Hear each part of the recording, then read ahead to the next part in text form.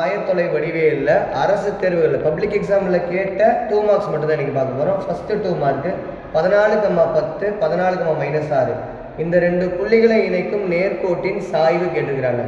2 புள்ளிகள் கொடுத்துட்டு அதற்கான நேர்கோட்டின் சாய்வு கேட்டாங்கன்னா formula m = y2 - y1/x2 - x1.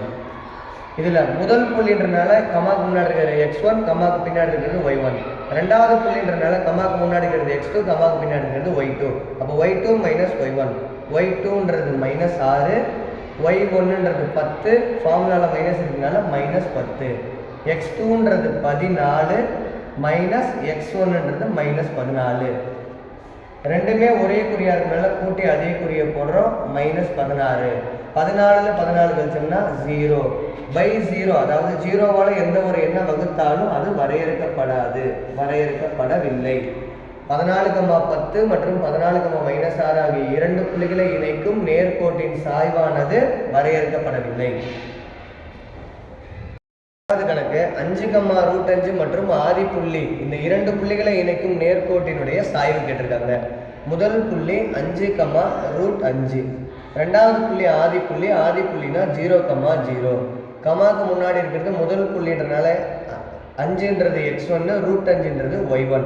இந்த 0ன்றது x2, இந்த 0ன்றது y2. 2 புள்ளிகள் கொடுத்துருந்தாங்கன்னா சாய்வுக்கான formula m = y2 - y1/x2 - x1. y2 0 - y1 √5/x2 0 - x1 5. 0 - √5 √5, 0 - 5 5, minus இருக்குது. மைனஸும் கேன்சல் ஆகிட்டா √5/5.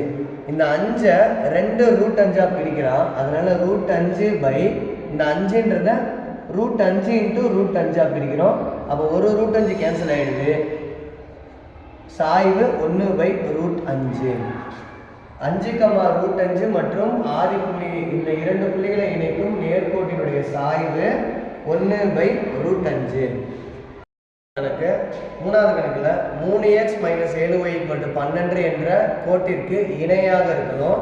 அதே போல் 6,4 என்ற புள்ளி வழியாகவும் போகக்கூடிய நேர்கோட்டினுடைய சமன்பாடு கேட்குறாங்க. இப்போ இணை இந்த வார்த்தையை பார்த்தோன்னா நமக்கு என்ன ஞாபகம் வரணும்னா, 2 நேர்கோடுகள் ஒன்றுக்கொன்று இணைனா அவற்றினுடைய சாய்வுகள் சமம். அப்போ இந்த கோட்டினுடைய சாய்வு என்னவா இருக்கோ அதே தான் நமக்கு தேவையான நேர்கோட்டினுடைய சாய்வாகவும் இருக்கும். அப்போ இந்த கான்செப்டை வச்சுக்கிட்டு இந்த இணைன்றதை வச்சுட்டு இதுலேருந்து நம்ம சாய்வு கண்டுபிடிக்கிறோம். நம்ம கொடுத்துருக்கிற கோடு என்னது? 3x - 7y = 12. இதில் இந்த 12 எந்த பக்கம் எடுத்துட்டோம்னா 3x - 7y - 12 = 0. சாய்வு கண்டுபிடிக்கிறதுக்கு ஒரு சமன்பாடு கொடுத்துருந்தாங்கன்னா அதற்கான ஃபார்முலா -a/b. ஏன்றது எக்ஸின் கீழே, பின்றது ஒய்யின் கீழே. அப்போ -a-ன்றது 3, b-ன்றது -7. மைனஸ் கேன்சல் ஆயிடுச்சுன்னா m = 3/7.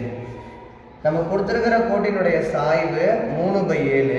அப்போ நம்ம கொடுத்துருக்கிற கோடும் தேவையான கோடும் ஒன்றுக்கொன்று இணைன்றனால நமக்கு தேவையான கோட்டினுடைய சாய்வும் 3/7. அடுத்ததாக நமக்கு புள்ளி கொடுத்துருக்குறாங்க. புள்ளி எந்த புள்ளி வழியான்னு கொடுத்துருக்காங்க? 6,4ன்னு கொடுத்துருக்காங்க. சாய்வை நம்ம கண்டுபிடிச்சிட்டோம், புள்ளி அவங்களே கொடுத்துருக்காங்க. இந்த புள்ளி வழியாகவும் இந்த சாய்வாகவும் இருக்கக்கூடிய நேர்கோட்டினுடைய சமன்பாடு வேணும்னா அதற்கான சமன்பாட்டுக்கான formula y - y1 = m × x - x1. இதுதான் m சாய்வு, இது x1, இது y1. y - y1 4, mன்றது 3/7 சாய்வு, x - x1 6. இந்த 7 எடுத்து இது ரெண்டுக்கும் பெருக்கிறோம், இந்த 3 எடுத்து அந்த 2ஐயும் பெருக்கிறோம். 7 × y 7y, 7×28, 3 × x 3x, 6×3 18. X ப்ளஸில் இருக்கனால இது ரெண்டையும் சமக்குறிக்கு அந்த பக்கம் எடுத்துகிட்டு போகிறோம். ஏற்கனவே 3x இருக்குது, +7y அந்த பக்கம் போகும்போது -7y ஆகிடுது.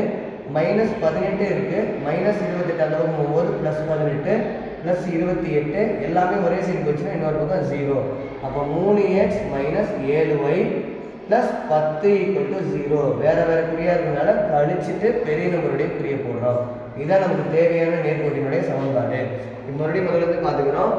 கொடுத்துருக்க கேள்வி 3x minus 7y equal to 12 என்ற நேர்கோட்டிற்கு இணையாக கொடுத்துருக்காங்க. இணைனா சாய்வுகள் சமம். அதனால என்ன பண்ணுறோம், கொடுத்துருக்கிற கோட்டுக்கு சாய்வு கண்டுபிடிக்கிறோம்.